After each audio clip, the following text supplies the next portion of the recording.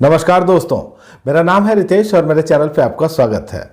दोस्तों, आज बात करेंगे एक सीरीज़ के बारे में जिसका नाम है जुबली आई है। ये अमेज़ॉन प्राइम वीडियोस पे क्रिएटर डायरेक्टर हैं विक्रमादित्य मोटवाने। वही विक्रमादित्य मोटवाने जिन्होंने अपनी पहली ही फिल्म उड़ान से हम सब का दिल जीत लिया था, बहुत सारी प्रशंसा उनको मिली थी। तो दोस्तों, रिव्यू की शुरुआत करने से पहले एक रिक्वेस्ट आपसे कि यदि आपने अब तक मेरे चैनल को सब्सक्राइब नहीं किया है तो ज़रूर ही कर लीजिएगा, क्योंकि वेब सीरीज़ और मूवीज़ के रिव्यू के साथ साथ आपको यहाँ मिलती है OTT की दुनिया की हर जानकारी। तो शुरुआत करते हैं स्टोरी लाइन से। और इस सीरीज़ की कहानी है आज़ादी के वक्त की, कहानी है मुंबई की। और मुंबई में एक है रॉय टॉकीज जिसके मालिक है श्रीकांत राय यानी प्रसेनजीत चटर्जी। उस कंपनी की को ओनर है उनकी पत्नी सुमित्रा कुमारी और इनकी भूमिका में आप देखते हैं अदिति राव हैदरी को। तो श्रीकांत रॉय एक नए चेहरे की तलाश में है, अपनी फिल्म के लिए एक लीड वो ढूंढ रहे हैं और कई लोगों का वो स्क्रीन टेस्ट लेते हैं, लेकिन उनको वो नहीं मिलता जिसकी उनको तलाश है। फिर एक दिन वो देखते हैं जमशेद खान का स्क्रीन टेस्ट और वो बहुत प्रभावित होते हैं। वो जमशेद खान को कास्ट करना चाहते हैं। जो लीड रोल है, जो स्टार है, उसका नाम उन्होंने तय कर रखा है मदन कुमार। उसकी अनाउंसमेंट हो चुकी है और फिर सुमित्रा देवी को भेजा जाता है कि वो जमशेद के पास जाएं और कॉन्ट्रैक्ट वगैरह साइन करें। कई दिन हो गए हैं सुमित्रा कुमारी को लखनऊ गए हुए, लेकिन वो वापस नहीं आ रही हैं। अब फिर श्रीकांत अपने वफादार विनोद दास यानी अपार शक्ति खुराना को भेजते हैं लखनऊ, कहते हैं कि दोनों को लेकर ही वो वापस आए। और फिर जब वो लखनऊ जाता है तो फिर घटनाएं तेजी से बदलती हैं और फिर आगे बहुत कुछ होता है जो आप इस सीरीज़ में देखेंगे। दोस्तों, इस सीरीज़ की जो कहानी है वो बहुत ही अच्छी है और उससे भी अच्छा है यहाँ डायरेक्शन और राइटिंग। बहुत ही कमाल की सीरीज़ बनाई है विक्रमादित्य मोटवाने ने, देख करके मज़ा आ जाता है। और दोस्तों, ये कहानी है स्वतंत्रता के आसपास की। ये वो वक्त था जब देश आज़ाद भी हुआ था और देश का बंटवारा भी हुआ था। तो भारत एक आकार ले रहा था और साथ ही यहाँ की फिल्म इंडस्ट्री भी एक आकार ले रही थी। बहुत सारे लोगों के मन में बड़े बड़े सपने थे, कुछ कर गुजरने का जज्बा था, कुछ नया करने की ललक थी और यही चीज़ देश के साथ भी लागू हो रही थी, फिल्म इंडस्ट्री पर भी थी। और सबसे बड़ी बात यह थी कि देश को विभाजन की पीड़ा से गुजरना पड़ रहा था।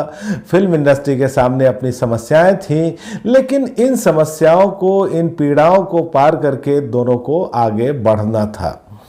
दोस्तों, ये सीरीज जब शुरू होती है तो एकदम पुरानी फिल्मों के जैसे कास्टिंग आती है, जैसे ब्लैक एंड वाइट फिल्मों में हुआ करता था, या फिर जो कैरेक्टर्स हैं उनका परिचय हमको यहाँ दिया जाता है एक कमेंट्री के तौर पे, एक डायलॉग के तौर पे, जैसे पुरानी फिल्मों में होता था। और जब मैंने ये चीज़ें देखी तो मैं समझ गया कि ज़रूर यहाँ कुछ खास होने वाला है, कुछ अलग होने वाला है। और इस सीरीज़ का जो भी एटमॉस्फेयर क्रिएट किया गया है वो बहुत ही कमाल का है। और यहाँ जितने भी डिपार्टमेंट में हैं सब ने अपना काम अच्छे ढंग से किया है, चाहे वो सेट डिज़ाइन हो या कॉस्ट्यूम डिज़ाइन हो, डायलॉग्स हो, म्यूज़िक हो, सिनेमेटोग्राफी हो, ये सब परफेक्ट है और एक परफेक्ट नॉस्टैल्जिया क्रिएट करते हैं। दोस्तों, यहाँ डायरेक्टर विक्रमादित्य मोटवाने की भी हमको बहुत तारीफ करनी पड़ेगी।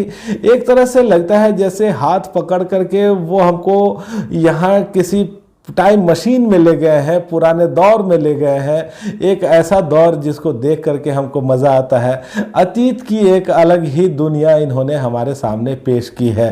तो बेहद ही इंटरेस्टिंग ये सीरीज़ है, काफ़ी अच्छी मुझे लगी देखने में।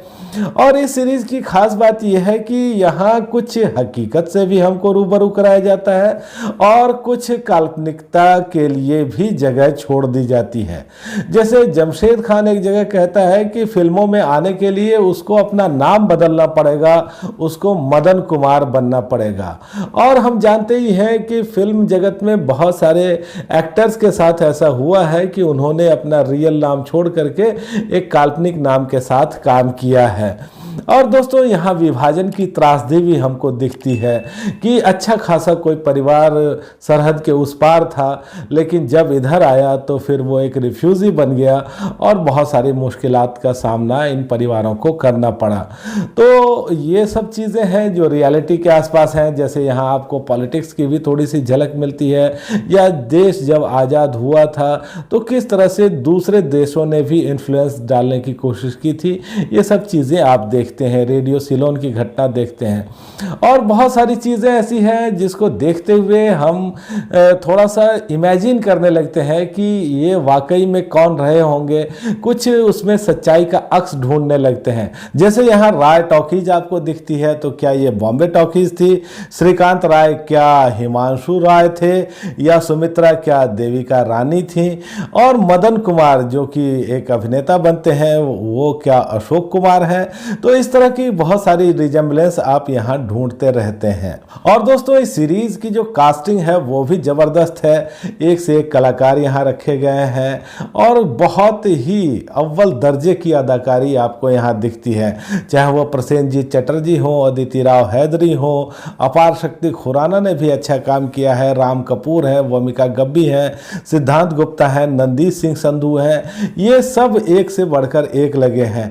और एक सरप्राइज कास्टिंग है अरुण गोविल की, और उन्होंने भी बहुत अच्छा काम किया है।